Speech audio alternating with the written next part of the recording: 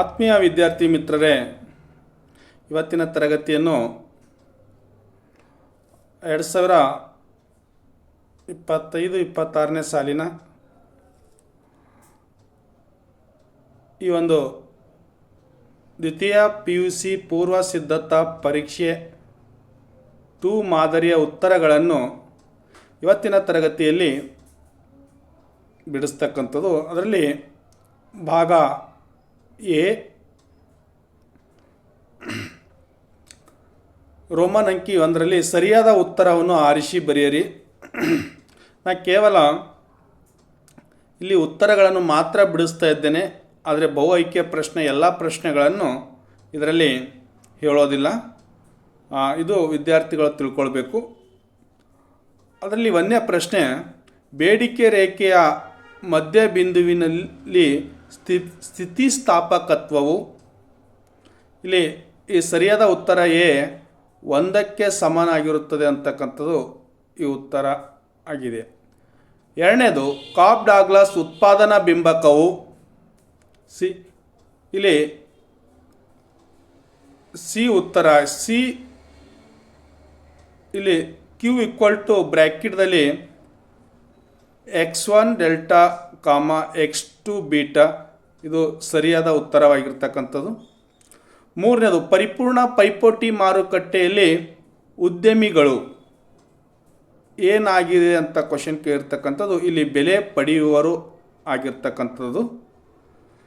4ನೇದು, ಭಾರತದಲ್ಲಿ GDPಯನ್ನು ವರದಿ ಮಾಡುವ ಸಂಸ್ಥೆ, ಇಲ್ಲಿ CSO ಅಂತ ಕರಿತೇವೆ, ಸೆಂಟ್ರಲ್ ಸ್ಟ್ಯಾಟಿಸ್ಟಿಕಲ್ ಆಫೀಸ್, ಒಟ್ಟು ದೇಶೀಯ ಉತ್ಪಾದನೆ ವರದಿ ಮಾಡ್ತಕ್ಕಂಥ ಒಂದು ಇಲಾಖೆ ಆಗಿರ್ತಕ್ಕಂಥದ್ದು. ಅದೇ ರೀತಿಯಾಗಿ 5ನೇ ಪ್ರಶ್ನೆ, ಒಂದು ದೇಶದ ಕರೆನ್ಸಿಯ ಬೆಲೆಯನ್ನು ಇನ್ನೊಂದು ದೇಶದ ಕರೆನ್ಸಿಯಲ್ಲಿ ವ್ಯಕ್ತಪಡಿಸುವುದನ್ನು ಹೀಗೆಂದು ಕರೆಯಲಾಗುತ್ತದೆ. ಅಂದರೆ ಇದಕ್ಕೆ ಉತ್ತರ ವಿದೇಶಿಯ ವಿನಿಮಯ ದರ ಅಂತ ಕರೀತೇವೆ. ಹಾಗೆ ರೋಮನ್ ಅಂಕಿ 2ಅಲ್ಲಿ ಖಾಲಿ ಬಿಟ್ಟ ಸ್ಥಳಗಳನ್ನು ಭರ್ತಿ ಮಾಡಿ, ಇಲ್ಲಿ 1 × 5 = 5 ಮಾರ್ಕ್ಸ್ ಇರ್ತಕ್ಕಂಥದ್ದು. ಇದರಲ್ಲಿ ಈ ಖಾಲಿ ಬಿಟ್ಟ ಸ್ಥಳವನ್ನು ಭರ್ತಿ ಮಾಡ್ತಕ್ಕಂಥದ್ರಲ್ಲಿ ಫಸ್ಟ್ ಒಂದು ಪ್ರಶ್ನೆ ಏನಿದೆ ಅನ್ನೋ ಹೋಗಿದ್ರೆ,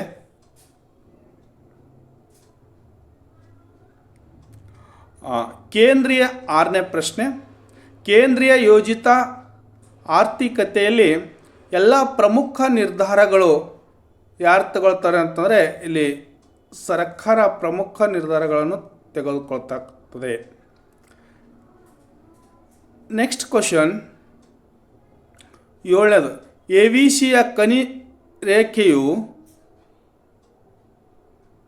ಇಲ್ಲಿ ಕನಿಷ್ಠ ಬಿಂದುವಿನಲ್ಲಿ SMC ರೇಖೆಯು AVCಯ ರೇಖೆಯ ಕೆಳಗಿನಿಂದ ಛೇದಿಸುತ್ತದೆ ಅಂತ ಪ್ರಶ್ನೆ ಇದೆ.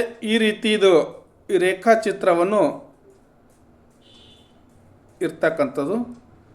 ಈ ರೇಖಾಚಿತ್ರದಲ್ಲಿ ಇದಕ್ಕೆ ನಾವು AVC ಅಂತ ಕರಿತೇವೆ, ಎವರೇಜ್ ವೇರಿಯಬಲ್ ಕಾಸ್ಟ್. ಈ ಕಡೆ ಹೋಗ್ತಕ್ಕಂಥದಕ್ಕೆ SMC. ಇಲ್ಲಿ ಕನಿಷ್ಠ ಅಂತ ಈ ಪಾಯಿಂಟ್ ಏನು ತೋರಿಸ್ತಿಲ್ಲ, ಇದು ಕನಿಷ್ಠ ಬಿಂದು ಅಂತ ಸೂಚಿಸ್ತದೆ. 8ನೇ ಕ್ವಶನ್, ತೆರಿಗೆಯು ಸರ್ಕಾರ ಉತ್ಪನ್ನದ ಪ್ರತಿ ಘಟಕದ ಮಾರಾಟದ ಮೇಲೆ ವಿಧಿಸುವ ತೆರಿಗೆಯಾಗಿದೆ. ಅಂದರೆ ಇದು ಸರಿಯಾದ ಉತ್ತರ ಘಟಕ ಆಗಿರ್ತಕ್ಕಂಥದ್ದು. ನೆಕ್ಸ್ಟ್ 9ನೇ ಪ್ರಶ್ನೆ, M1 ಮತ್ತು M2ಗಳನ್ನು ಡ್ಯಾಶ್ ಎಂದು ಕರೆಯುತ್ತೇವೆ ಅಂತಂದರೆ ಅದು ಸಂಕುಚಿತ ಹಣ ಆಗಿರ್ತಕ್ಕಂಥದ್ದು. ಮನಿ 1, ಮನಿ 2 ಸಂಕುಚಿತ ಹಣ. ಅದೇ ರೀತಿಯಾಗಿ ಇಲ್ಲಿ M3 ಮತ್ತು M4 ಯಾವ ಹಣ ಆಗ್ತದೆ ಅಂತಂದರೆ ವಿಶಾಲ ಹಣವಾಗುತ್ತದೆ. ವಿಶಾಲ ಹಣ. Next question. ಸರ್ಕಾರವು ಆದಾಯವನ್ನು ಆಧರಿಸದೆ ವಿಧಿಸುವ ತೆರಿಗೆಯನ್ನು ಡ್ಯಾಶ್ ಡ್ಯಾಶ್ ಎನ್ನುತ್ತೇವೆ ಅಂತಂದರೆ ಇಲ್ಲಿ ಒಟ್ಟು ತೆರಿಗೆಗಳು ಎನ್ನುತ್ತೇವೆ. ಈ ರೀತಿ ಖಾಲಿ ಬಿಟ್ಟ ಸ್ಥಳದಲ್ಲಿ 5 ಪ್ರಶ್ನೆಗಳು ಬರ್ತವೆ ವಿದ್ಯಾರ್ಥಿಗಳೇ. ಈಗ ರೋಮನ್ ಅಂಕಿ 3ರಲ್ಲಿ ಕೇಳಿರ್ತಕ್ಕಂಥ ಪ್ರಶ್ನೆ, ಇವು ಹೊಂದಿಸಿ ಬರೆಯಿರಿ ಅಂತ. ಇಲ್ಲಿ ಕೂಡ ಒಂದೊಂದಕ್ಕೆ 1 ಅಂಕಗಳನ್ನು ಇರ್ತಕ್ಕಂಥದ್ದು. ನಾವು ಎ ಮತ್ತು ಬಿ ಭಾಗ, ಎ ಭಾಗದಲ್ಲಿ ಪ್ರಶ್ನೆ ಕೇಳಿದಾಗ ಬಿ ಭಾಗದಲ್ಲಿ ಉತ್ತರಗಳನ್ನು ಕೊಟ್ಟಿರ್ತಕ್ಕಂಥದ್ದು. ಆದರೆ ಉತ್ತರಗಳನ್ನು ಹಿಂದೆ ಮುಂದೆ ಕೊಟ್ಟಿರ್ತಾರೆ, ಆದರೆ ನಾವು ಸರಿಯಾದ ಉತ್ತರವನ್ನು ಇಲ್ಲಿ ಮಾಡಿದ ಕಾರಣಕ್ಕಾಗಿ PDF ನಾವು ಡೈರೆಕ್ಟ್ ಪ್ರಶ್ನೆಯ ಎದುರುಗಡೆ ಉತ್ತರವನ್ನು ಬರೆದಿರ್ತಕ್ಕಂಥದ್ದು. ನೋಡಿ ವಿದ್ಯಾರ್ಥಿಗಳೇ, ಇಲ್ಲಿ ಎ ಸರಳ ಬೇಡಿಕೆ ರೇಖೆ, ಇದಕ್ಕೆ ಸರಿಯಾದ ಉತ್ತರ ಡಿ, ಅಂದರೆ P = A - BP, ಇದು ಸರಿಯಾದ ಉತ್ತರ.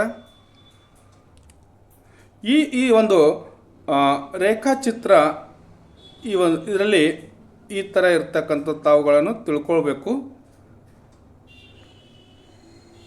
ಈ ಬೇಡಿಕೆ ಇಳಿಜಾರು ರೇಖೆ ಅಂತ ಕರಿತೇವೆ ಇದಕ್ಕೆ. ಈ ಥರ ಇರ್ತಕ್ಕಂಥದ್ದು ಬೇಡಿಕೆ ಇಳಿಜಾರು ರೇಖೆ. ಅದೇ ರೀತಿಯಾಗಿ ಈ ಒಂದು MR ಮಾರ್ಜಿನಲ್ ರೆವೆನ್ಯೂ, ಇದಕ್ಕೆ ಡೆಲ್ಟಾ TR ಬಾರ್ ಭಾಗಿಸು ಡೆಲ್ಟಾ Q, ಇದು ಸರಿಯಾದ ಉತ್ತರವಾಗಿರ್ತಕ್ಕಂಥದ್ದು.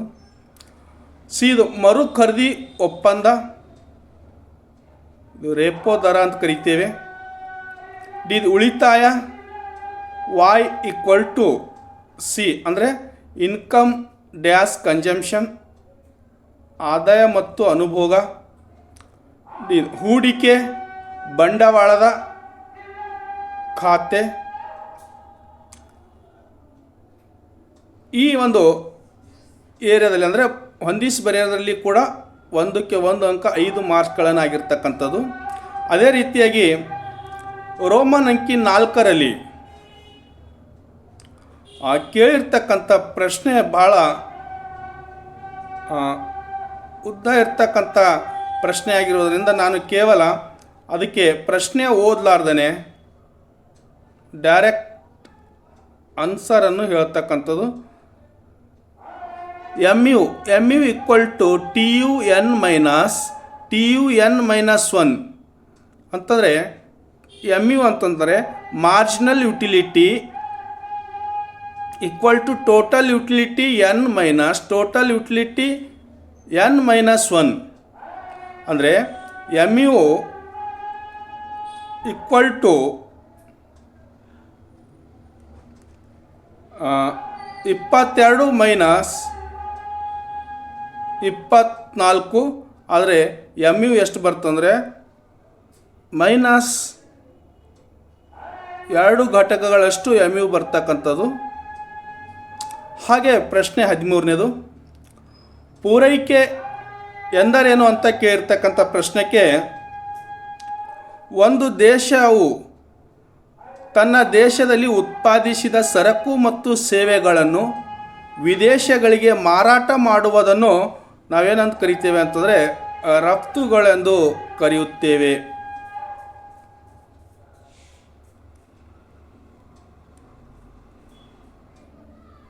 ರಫ್ತುಗಳೆಂದು ಕರೆಯುತ್ತೇವೆ.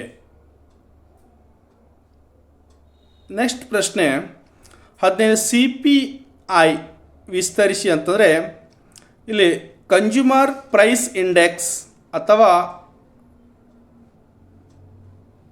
ಕನ್ಸ್ಯೂಮರ್ ಪ್ರೈಸ್ ಇಂಡೆಕ್ಸ್ ಅನುಭೋಗಿಯ ಬೆಲೆಯ ಸೂಚ್ಯಂಕ ಅಂತ ಕರಿತೇವೆ.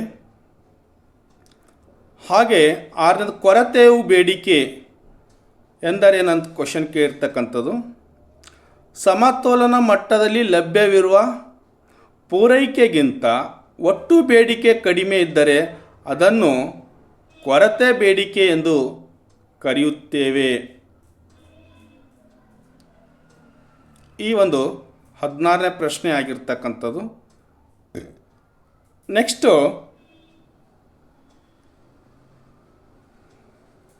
ಭಾಗ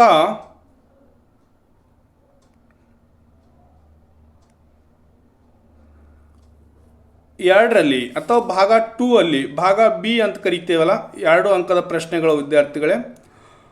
17ನೇ ಪ್ರಶ್ನೆ, ಮೂಲ ಆರ್ಥಿಕ ಚಟುವಟಿಕೆಗಳನ್ನು ಪಟ್ಟಿ ಮಾಡಿ ಅಂತ ಕೇಳಿರ್ತಕ್ಕಂಥದ್ದು. ಅದರಲ್ಲಿ ಒಂದನೇದು ಉತ್ಪಾದನೆ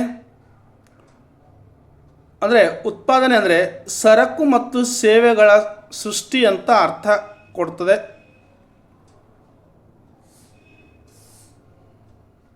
ಎರಡನೇದು ಬಳಕೆ ಅಥವಾ ಅನುಭೋಗ, ಇದಕ್ಕೆ ಕನ್ಸಂಪ್ಷನ್ ಅಂತ ಕರಿತೇವೆ.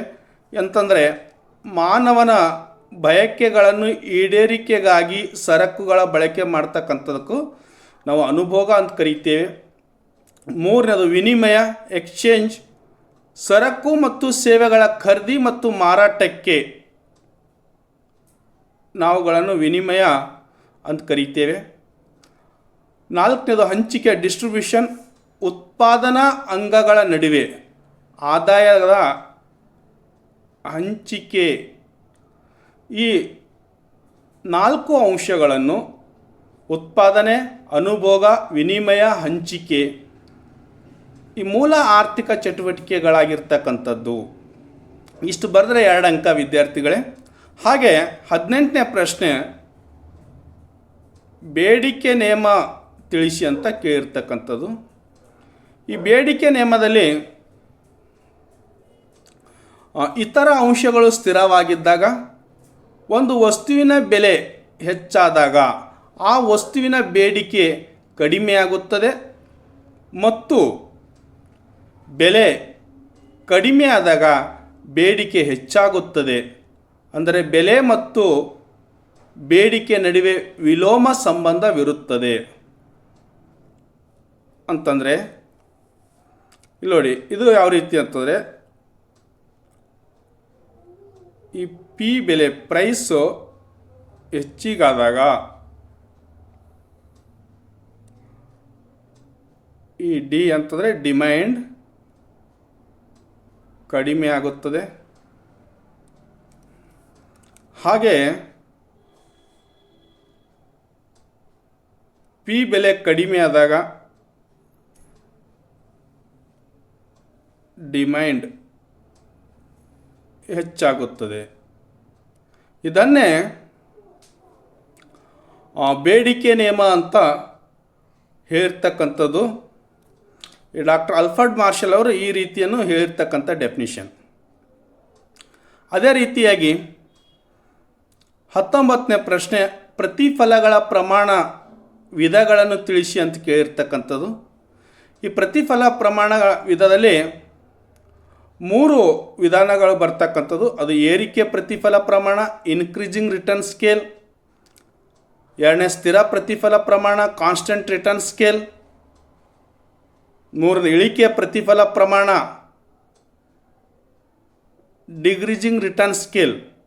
ಇದಕ್ಕೆ ನಿಮಗೆ ನಾನು ಒಂದು ಸ್ಮಾಲ್ ಇಲ್ಲಿ ಇದು ಡೈಗ್ರಾಮ್ದಲ್ಲಿ ಹಾಕಿ ತೋರಿಸ್ತೀನಿ. 3 ಕೂಡ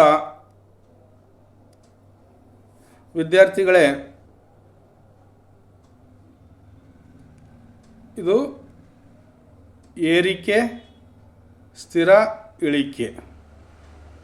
ಈ ರೀತಿ ರೇಖಾಚಿತ್ರದಲ್ಲಿ ಕೂಡ ನೀವು 2 ಮಾರ್ಕ್ಸಿಗೆ ಈ ರೀತಿ ಬರೆದರೆ, ಇದನ್ನು ಕೂಡ ನೀವು 4 ಮಾರ್ಕ್ಸಿಗೂ ಕೂಡ ಈ ವಿವರಣೆಯನ್ನು ಮಾಡ್ಬೋದಾಗಿರ್ತಕ್ಕಂಥದ್ದು ಈ ರೇಖಾಚಿತ್ರದ ಬೇಸಸ್ ಮೇಲೆ. ಹಾಗೆ ಕ್ವಶನ್ ನಂಬರ್ 20ನೇದು, ಬೆಲೆ ಪೂರೈಕೆ ಸ್ಥಿತಿಸ್ಥಾಪಕತ್ವದ ಅರ್ಥ ಮತ್ತು ಸೂತ್ರ ಬರೆಯಿರಿ ಅಂತ ಕೇಳಿರ್ತಕ್ಕಂಥದ್ದು. ಇಲ್ಲಿ ಅರ್ಥ ನೋಡಿ, ಬೆಲೆಯಲ್ಲಿನ ಬದಲಾವಣೆಯ ಪ್ರಕ್ರಿಯೆಯಾಗಿ ಪೂರೈಕೆಯ ಪ್ರಮಾಣದಲ್ಲಿ ಉಂಟಾಗುವ ಬದಲಾವಣೆ ದರವನ್ನೇ ಬೆಲೆ ಪೂರೈಕೆ ಸ್ಥಿತಿಸ್ಥಾಪಕತ್ವ ಎನ್ನುತ್ತಾರೆ. ಇದಕ್ಕೆ ಸೂತ್ರ ಇಲ್ಲಿ ನೋಡಿ, ಪೂರೈಕೆಯ ಪ್ರಮಾಣದಲ್ಲಿ ಶೇಕಡಾವಾರು ಬದಲಾವಣೆ ಭಾಗಿಸು ಬೆಲೆಯ ಪ್ರಮಾಣದಲ್ಲಿ ಶೇಕಡಾವಾರು ಬದಲಾವಣೆ. ಇಷ್ಟು ಬರೆದಿದ್ದಾರೆ ತಮಗೆ 2 ಮಾರ್ಕ್ಸು ಸಿಗುತ್ತವೆ ಅಂತಕ್ಕಂಥದ್ದು. 2 ಮಾರ್ಕ್ಸ್ ಕ್ವಶನ್ ಇವೆ. ನೆಕ್ಸ್ಟು 21ನೇ ಕ್ವಶನ್, ಮಾರುಕಟ್ಟೆ ಪೂರೈಕೆಯನ್ನು ಕಂಡುಹಿಡಿಯಿರಿ ಅಂತ ಕೇಳಿದ್ದು. ಇಲ್ಲಿ ಮಾರುಕಟ್ಟೆಯಲ್ಲಿ ಇಬ್ಬರು ಅನುಭೋಗಿಗಳಿರ್ತಾರೆ. ಆ ಇಬ್ಬರು ಅನುಭೋಗಿಗಳನ್ನು ಯಾವ ರೀತಿ ಸರಕುಗಳನ್ನು ಉತ್ಪಾದನೆ ಮಾಡಿದ್ದಾರೆ ಅನ್ನೋದು ಈ ಒಂದು ಲೆಕ್ಕದ ಮುಖಾಂತರ ತಮಗೆ ಅರ್ಥ ಮಾಡಿಸ್ತಿದೆ. ಎಸ್ ಎಮ್ ಅಂತಂತಂದರೆ ಈ ಎಸ್ ಎಮ್ ಅಂತಂದರೆ ತಿಳ್ಕೊ, ಇದಕ್ಕೆ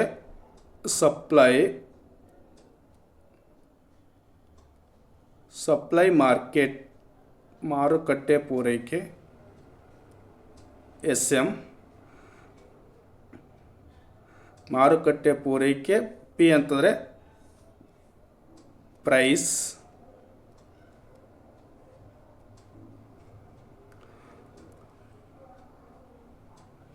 ಎಸ್ ಇಲ್ಲಿ ನೋಡಿ ಈಕ್ವಲ್ ಟು S1 ಅಂದರೆ ಒಬ್ಬ ವ್ಯಕ್ತಿ ಬ್ರ್ಯಾಕೆಟ್ದಲ್ಲಿ ಪಿ ಪ್ಲಸ್ S2 ಬ್ರ್ಯಾಕೆಟ್ದಲ್ಲಿ ಪಿ, ಇವ S1 S2. ಹೌದಾ? ನೋಡಿ ಇವೆರಡನ್ನು ಕೂಡಿಕೊಂಡು ಎಸ್ ಅಂದರೆ ಸಪ್ಲೈ ಮಾರ್ಕೆಟ್ ಅಂತ ಅಥವಾ ಮಾರುಕಟ್ಟೆ ಪೂರೈಕೆ ಅಂತ ಅರ್ಥ ಆಗ್ತದೆ ಕನ್ನಡದಲ್ಲಿ. ಈ ಮಾರುಕಟ್ಟೆ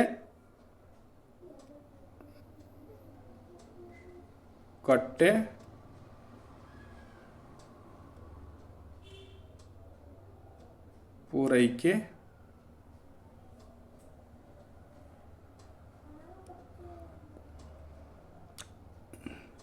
ಈ ಎದ ಒಂದು ಪಿ ಮೈನಸ್ 15 ಪ್ಲಸ್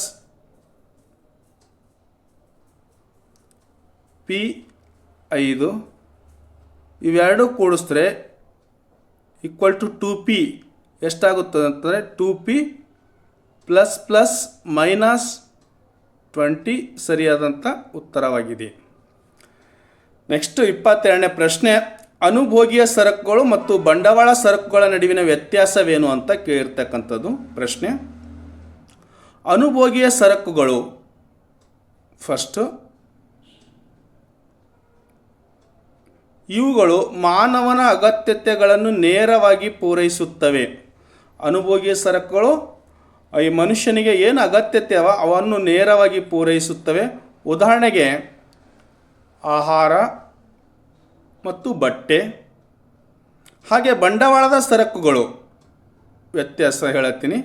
ಇವುಗಳು ಇತರ ಸರಕುಗಳ ಉತ್ಪಾದಿಸಲು ಸಹಾಯ ಮಾಡುವ ಸ್ಥಿರ ಆಸ್ತಿಗಳಾಗಿವೆ. ಅಂದರೆ ಇನ್ನೊಂದು ವಸ್ತುವನ್ನು ಉತ್ಪಾದನೆ ಮಾಡಲಿಕ್ಕೆ ಸಹಾಯ ಮಾಡ್ತಕ್ಕಂಥ ಸ್ಥಿರ ಆಸ್ತಿಗಳಾಗಿವೆ. ಉದಾಹರಣೆಗೆ ಯಂತ್ರೋಪಕರಣಗಳು, ಕಾರ್ಖಾನೆ, ಕಟ್ಟಡಗಳು. ಈ ರೀತಿ ಇವೆರಡರ ನಡುವಿನ ಡಿಫ್ರೆನ್ಸ್ ಅಥವಾ ವ್ಯತ್ಯಾಸವಾಗಿರ್ತಕ್ಕಂಥದ್ದು. ಹಾಗೆ 25ನೇ ಪ್ರಶ್ನೆ, ಕೇಂದ್ರ ಸರ್ಕಾರ ಯಾವುದಾದರೂ ಎರಡು ಪ್ರತ್ಯೇಕ ಅಂದರೆ ಡೈರೆಕ್ಟ್, ಪರೋಕ್ಷ ಇಂಡೈರೆಕ್ಟ್ ಟ್ಯಾಕ್ಸ್ಗಳನ್ನು ಹೆಸರಿಸಿ ಅಂತ ಕೇಳಿದ್ದಾರೆ. ಅದರಲ್ಲಿ ಪ್ರತ್ಯೇಕ ತೆರಿಗೆಗಳು ಅದರಲ್ಲಿ ಒಂದನೇದು ವೈಯಕ್ತಿಕ ಆದಾಯ ತೆರಿಗೆಗಳು, ಎರಡನೇದು ವೈಯಕ್ತಿಕ ಆದಾಯ ತೆರಿಗೆಗಳು, ಎರಡನೇದು ಕಂಪನಿ ತೆರಿಗೆಗಳು ಅಥವಾ ಕಾರ್ಪೊರೇಷನ್ ಟ್ಯಾಕ್ಸ್ ಅಂತ ಕರಿತೇವೆ. ಪರೋಕ್ಷ ತೆರಿಗೆಗಳಿಗೆ ಉದಾಹರಣೆಯನ್ನು ಹೋಗಿದರೆ ಒಂದನೇದು ಸರಕು ಮತ್ತು ಸೇವಾ ತೆರಿಗೆ, GST ಅಂತ ಕರಿತೇವೆ, ಗೂಡ್ಸ್ ಸರ್ವಿಸ್ ಟ್ಯಾಕ್ಸ್. ಎರಡನೇದು ಅಬಕಾರಿ ಸುಂಕಗಳು ಅಂತಂದರೆ ಎಕ್ಸೈಸ್ ಡ್ಯೂಟೀಸ್ ಅಂತ ಕರೆಯುತ್ತೇವೆ. ಹಾಗೆ 26ನೇ ಪ್ರಶ್ನೆ ಏನಿದೆ ಅಂತಂದರೆ, ಪುಕ್ಕಟೆ ಸವಾರರು, ಫ್ರೀ ರೈಡರ್ಸ್ ಎಂದರೆ ಯಾರು, ಅವರು ಏಕೆ ಹಾಗೆ ಕರೆಯುತ್ತಾರೆ ಅಂತ ಪ್ರಶ್ನೆ ಕೇಳಿರ್ತಕ್ಕಂಥದ್ದು. ಇದಕ್ಕೆ ನೋಡಿ ಉತ್ತರ, ಹಣವನ್ನು ಪಾವತಿಸದೆ ಸಾರ್ವಜನಿಕ ಸರಕುಗಳನ್ನು ಉಪಯೋಗಿಸುವವರನ್ನು ಪುಕ್ಕಟೆ ಸವಾರರು ಎನ್ನುತ್ತೇವೆ. ಅಂದರೆ ಯಾರು ಹಣವನ್ನು ಪಾವತಿಸದೆ, ಹಣವನ್ನು ಕೊಡದೆ ಸಾರ್ವಜನಿಕ ಸರಕುಗಳನ್ನು ಉಪಯೋಗಿಸುತ್ತಾರೋ ಅಂಥವರಿಗೆ ನಾವು ಪುಕಾಟೆ ಸವಾರರು ಎಂದು ಕರೆಯುತ್ತೇವೆ. ಏಕೆಂದರೆ ಇವರು ಯಾವುದೇ ವೆಚ್ಚವನ್ನು ಭರಿಸದೆ ಸಾರ್ವಜನಿಕ ಸೌಲಭ್ಯಗಳ ಪ್ರಯೋಜನಗಳನ್ನು ಪಡೆಯುತ್ತಾರೆ. ಆ ಕಾರಣಕ್ಕಾಗಿ ಇವರಿಗೆ ನಾವು ಪುಕಾಟೆ ಸವಾರರು ಎಂದು ಕರೆಯುತ್ತೇವೆ. ಇಲ್ಲಿ ಈ ಪ್ರಶ್ನೆ ಪತ್ರಿಕೆಯಲ್ಲಿ ನಾನು ಎ ವಲಯದಲ್ಲಿ 20 ಮಾರ್ಕ್ಸ್ಗಳು, ಹಾಗೆ ಬಿ ವಲಯದಲ್ಲಿ ಸುಮಾರು 2 ಅಂಕದ ಪ್ರಶ್ನೆಗಳು, ಒಟ್ಟಾರೆ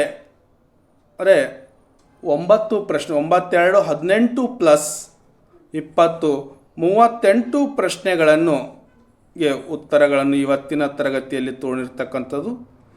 ಇನ್ನೂ ಕೂಡ 4 ಅಂಕದ ಪ್ರಶ್ನೆಗಳನ್ನು ನಾನು ತಮಗೆ ಮುಂದಿನ ತರಗತಿಯಲ್ಲಿ ತಗೊಳ್ತೇನೆ. ವಿದ್ಯಾರ್ಥಿಗಳೇ, ಇವತ್ತಿನ ತರಗತಿ ಇಲ್ಲಿಗೆ ಮುಗಿಸ್ತಾ ಇದ್ದೇನೆ. ಧನ್ಯವಾದಗಳು.